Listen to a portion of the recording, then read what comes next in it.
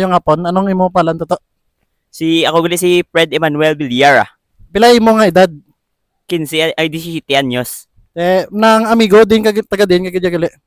Taga Marabilla, Barangay 3, dili sa may Punta Vidra. Subong tinion, may miga ka or wala? Mayara eh. Pila na mga tuig sa imo amiga? Duwa na katuig. Na ano pangalan gali sa imo amiga na lipat ko mamangkot? Si Dennis Diwan. Sa duwa nyo ka tuig, ano ang gingimo mo or rason nga maglawig ka makalabot sa duwa ka tuig?